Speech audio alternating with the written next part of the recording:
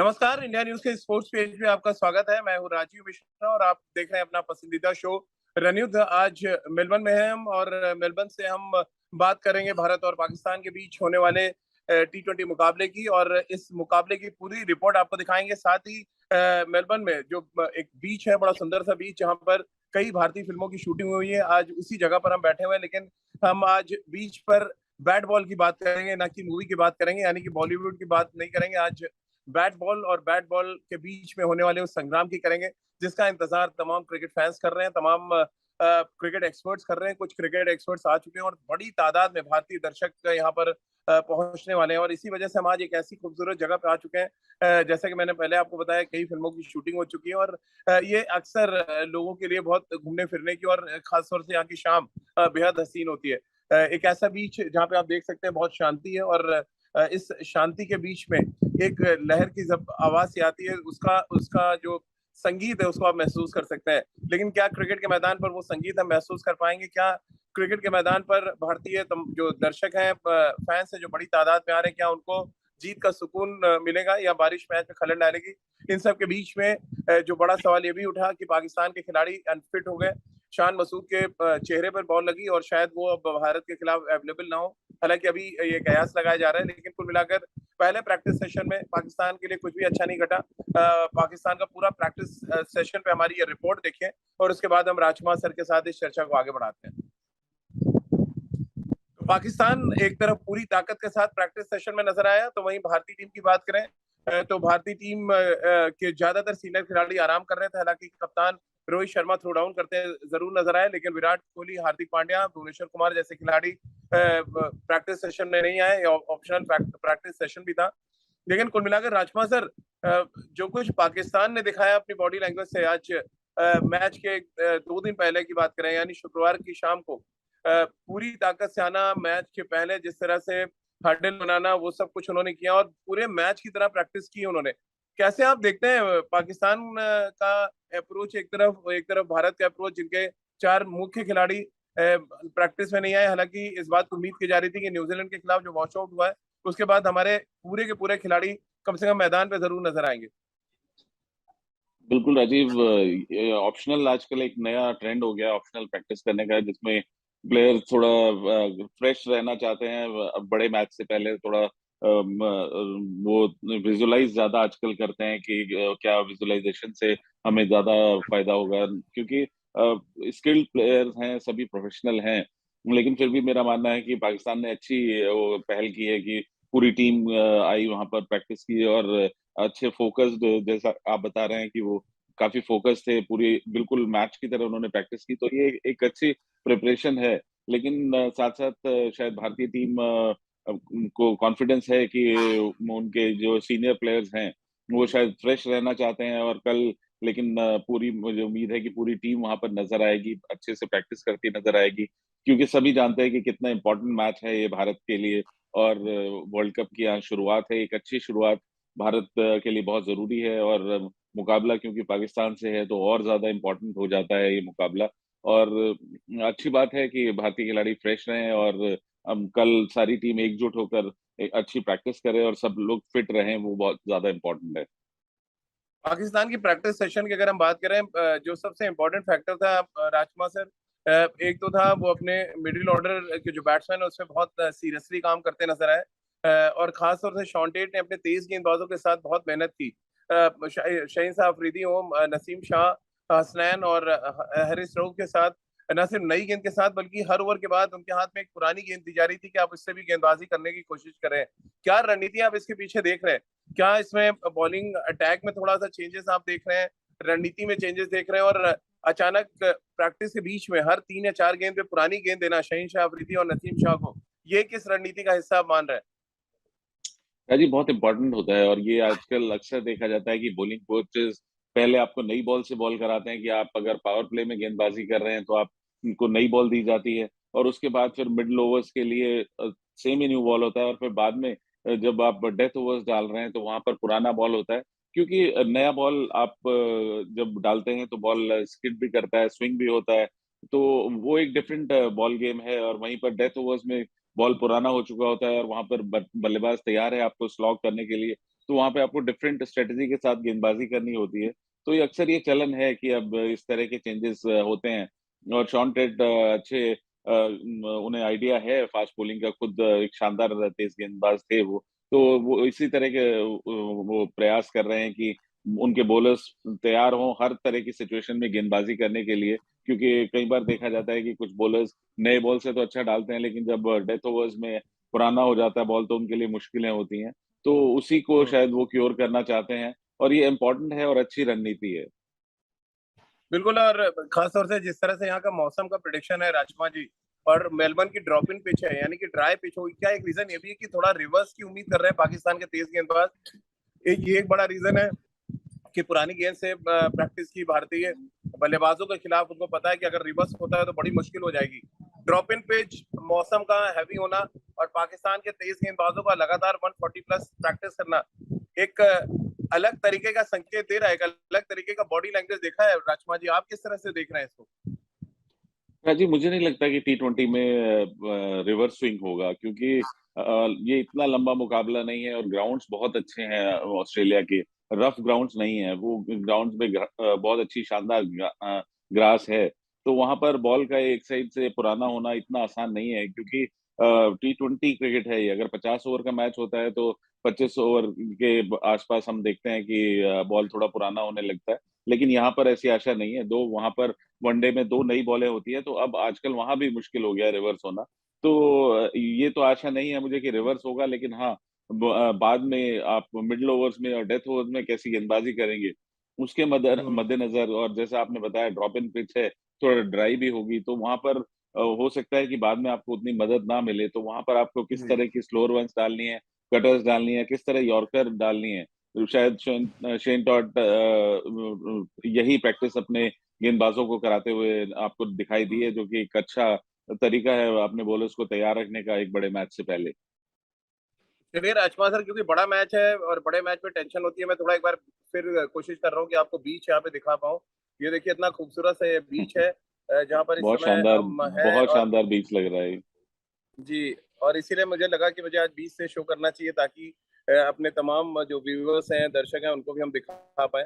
ये देखिए, इतना खूबसूरत बीच, और यहाँ पर एक अलग तरीके का माहौल होता है। लोग आते हैं शाम को यहाँ पे कॉफी वगैरह लेना पसंद करते हैं और गुफ्तगू करते हैं। अगर आप देखें ये सारी तस्वीर जो हम आपको दिखा पा रहे हैं और कोशिश कर रहे हैं कि हम दिखा सकें आपको किस तरह का माहौल यहाँ पे होता है, और बहुत ही खूबसूरत जगह है अगर इस जगह की हम बात करें।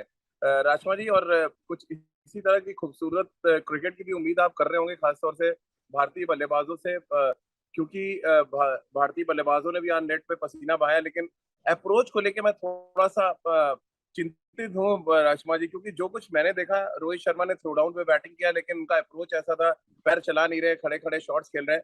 ये अप्रोच थोड़ा सा टेंशन दे रहा था एज अ जितनी मैं क्रिकेट समझता हूँ। दिनेश कार्तिक को लंबे समय तक विकेट कीपिंग करा के संकेत दे दिया गया कि ऋषभ पंत नहीं खेलने वाले हैं, तय पहले विकेट कीपर के तौर पे दिनेश कार्तिक हो गए। थ्रो डाउन लेफ्ट आर्म, जो थ्रो डाउन कर रहे थे वो लेफ्ट आर्म से कर रहे थे राजकुमार जी। ये क्या शहीन शाह अफरीदी का खौफ आप देख रहे हैं? थोड़ा चेस्ट ओपन होकर रोहित खेल भी रहे थे, और बट अप्रोच थोड़ा सा मुझे लग रहा है कि बहुत ज्यादा पॉजिटिव नजर नहीं आया आज पूरी की पूरी इंडियन टीम का। राजीव, हो सकता है ट्रेवल करके आए हैं, थोड़ा सा रिलैक्स करना चाहते हों, और उसी के लिए शायद ऐसा हुआ है। और लेफ्ट आर्म की जहां तक आपने बात की, तो ये सभी जानते हैं कि शहनशाह अफरीदी एक स्टार गेंदबाज हैं पाकिस्तान के, और उनके 4 ओवर इस मैच में बहुत बड़ा रोल प्ले करने वाले हैं। और हमने देखा है कि अक्सर हमारे जो टॉप ऑर्डर बल्लेबाज हैं, वो लेफ्ट आर्म फास्ट बॉलर्स की इन स्विंगिंग डिलीवरीज पे काफी स्ट्रगल करते हैं। तो शायद उसी की प्रैक्टिस रोहित कर रहे होंगे कि वो जो उनका इनकमिंग बॉल आता है जो वो बहुत डेंजरस है, उसी की प्रैक्टिस रोहित कर रहे हैं, क्योंकि तभी वो एक लेफ्ट आर्म थ्रो डाउन वाले से गेंदबाजी कराकर वहां पर खेल रहे हैं। और जी। अप्रोच की जहां तक बात है, तो ये थोड़ी सी चिंता का विषय हो सकता है कि आप इतने क्रूशियल मैच से पहले रिलैक्स नहीं हो सकते, कॉम्प्लेसेंट नहीं हो सकते हैं आप। ठीक है, कई बार ऐसा होता है कि राजीव, क्रिकेट में कहा जाता है कि 90% of cricket is played in your mind. तो एट टाइम्स प्लेयर्स को लगता है कि स्किल के लिए तो हम बहुत ज्यादा मेहनत करते हैं ग्राउंड में, जो जहां पर कि शायद 10 या 20% है जो माइंड गेम है, उसके लिए माइंड का रिलैक्स होना बहुत जरूरी है। और शायद वो अपने साइकोलॉजिस्ट से और या खुद भी अपने विजुअलाइज करना आजकल ज्यादा पसंद करते हैं प्लेयर्स, और माइंड गेम्स जो होते हैं वो बहुत इंपॉर्टेंट है। तो शायद उसी के मद्देनजर भारतीय टीम ने ये ऑप्शनल प्रैक्टिस भी रखी होगी, और प्लेयर्स को फ्रेश और रिलैक्स रहना चाहते हैं, मुझे लगता है कि कोच और टीम मैनेजमेंट। लेकिन ऑप्शनल प्रैक्टिस की जरूरत क्या है राजकुमार सर? न्यूजीलैंड के खिलाफ मैच जो है वॉश आउट हो गया, आप एक भी बॉल वहां पे खेले नहीं, ब्रिस्बेन से आप सीधे यहाँ पे आ गए। अब क्योंकि ये भी खबरें आई हैं कि परिवार पहुंच गया है, इसलिए अब ज्यादातर सीनियर खिलाड़ियों ने छुट्टी ली है। हार्दिक पांड्या, सूर्य कुमार यादव, भुवनेश्वर कुमार, विराट कोहली, टीम के 11 में से 5 खिलाड़ी, जो 5 मेन आपकी प्लेइंग 11 में खेलने वाले खिलाड़ी है, वो नहीं गए।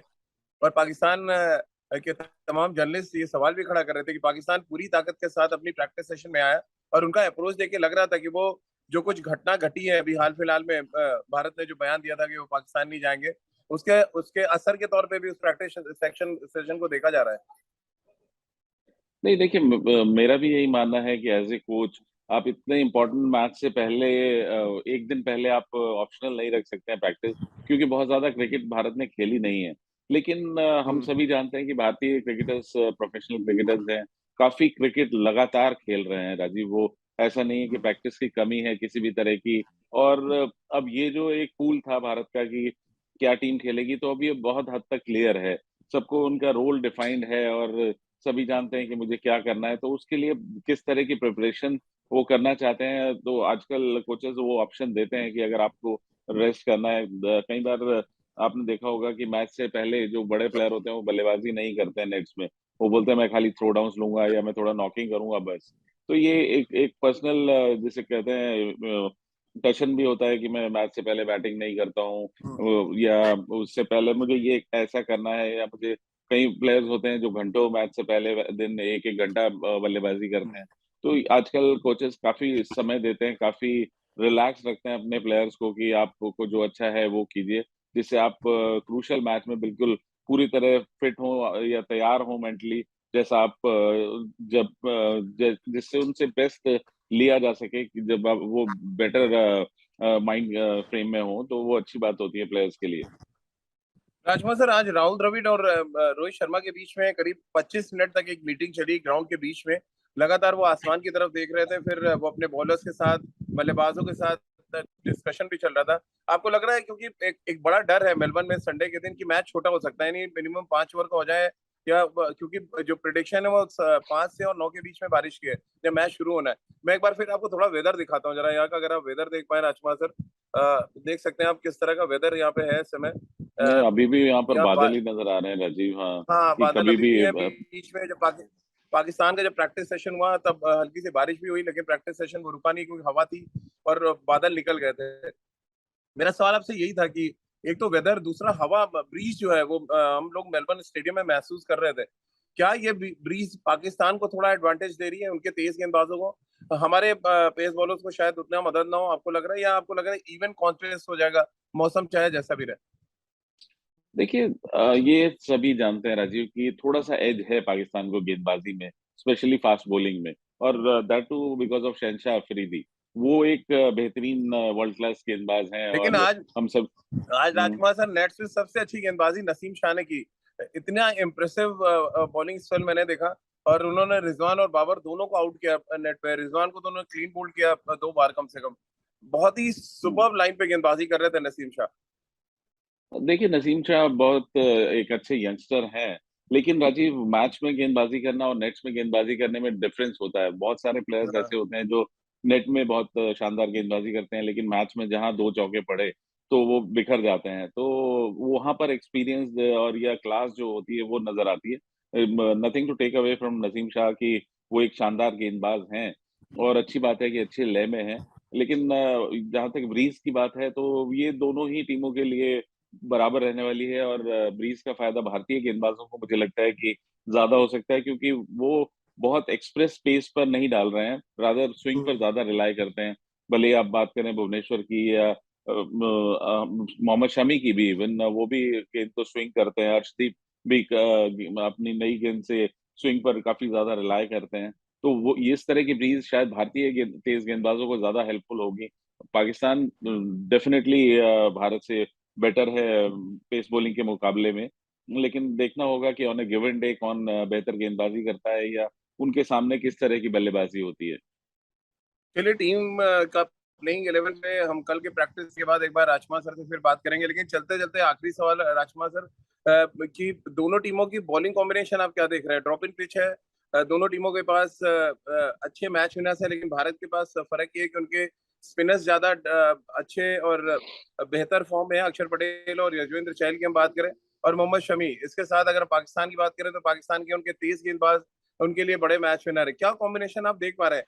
3 तेज गेंदबाज, 2 स्पिनर, दोनों टीमें खिलाएंगे? आपको लग रहा है पाकिस्तान हो सकता है यहाँ पर एक स्पिनर ड्रॉप करे, लेकिन दोनों ही अच्छी करते हैं क्योंकि शादाब और नवाज, इसलिए ड्रॉप करना दोनों में से किसी एक को शायद बहुत मुश्किल होगा पाकिस्तान के लिए।